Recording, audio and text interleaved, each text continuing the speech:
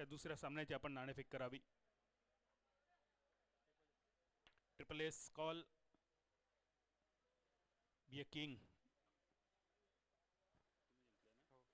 साईरत्न challengers Mirya captain Akshay आपण जिंकताय. नाणेफेक आपला निर्णय. प्रथम आम्ही गोलंदाजी करू. पहिला चेंडू वेगवान टप्प्याचा शरीराच्या जवळ. श्रावण मात्र बहारदार.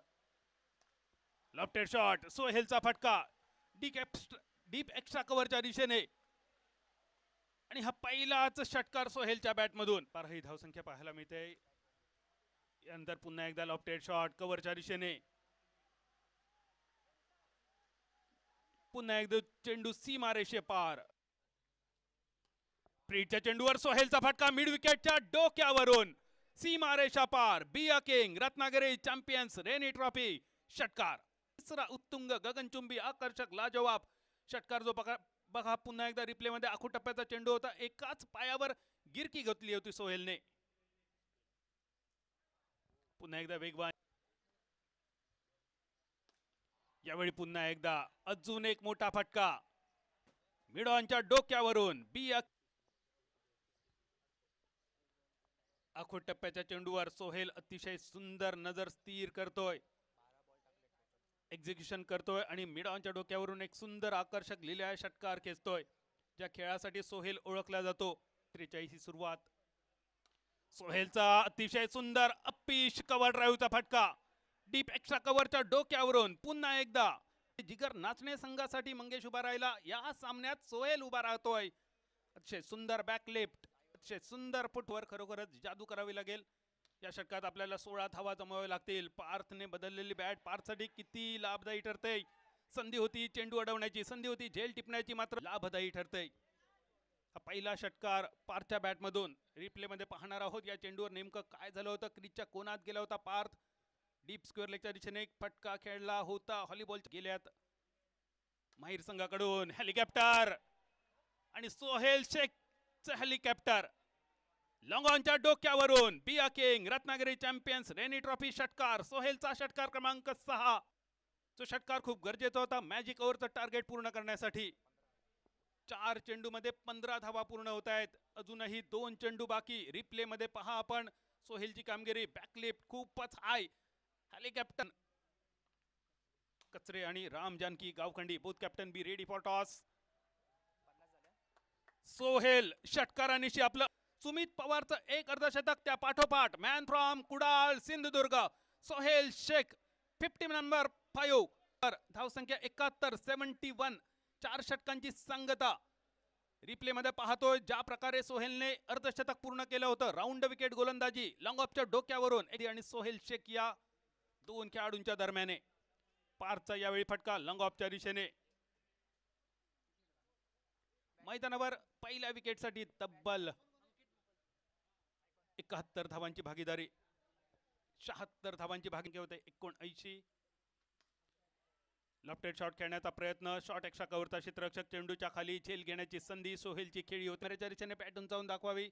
6 षटकारांनी नटलेली सोहेलची खेळी. टाळ्या तर नक्की वाजतील. गुणवान खेळाडू मैदानावर कमाल धमाल बेमिसाल कामगिरी करतोय. आपल्या संघाला फ्लाइंग स्टार्ट देतोय. माघारी परततोय. रिप्ले मध्ये आपल्याला पाहायला मिळते ही विकेट.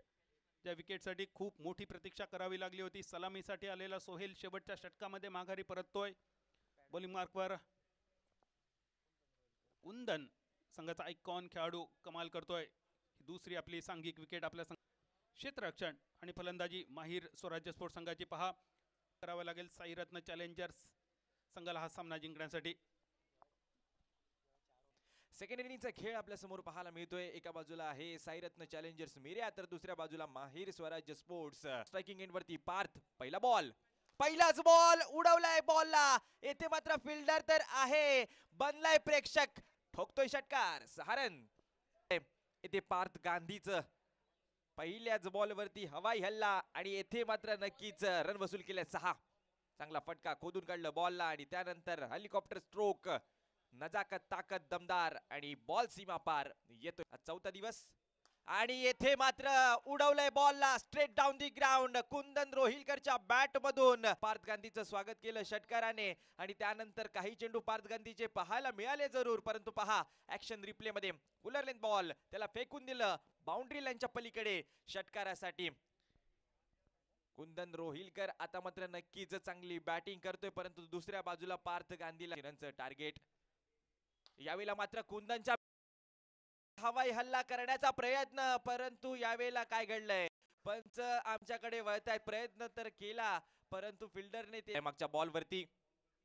यावेळेला पुन्हा एकदा उडवलाय, पुन्हा एकदा बॉल बाउंड्री लाईनच्या पलीकडे. काय तुफानी बॅटिंग कुंदन रोहिलकर. पहिला बॉल षटकार, त्यानंतर डॉट बॉल, त्यानंतर सिंगल, पुन्हा एकदा षटकार, सिंगल आली आणि लगातार 2 षटकार आपल्याला पाहायला मिळाले. पहा यावेळेला फुलर लेन बॉल, त्याला मात्र नक्कीच ताकद दाखवली, नजाकत दाखवली आणि पाठवलं बाउंड्री लाईनच्या पलीकडे षटकारासाठी.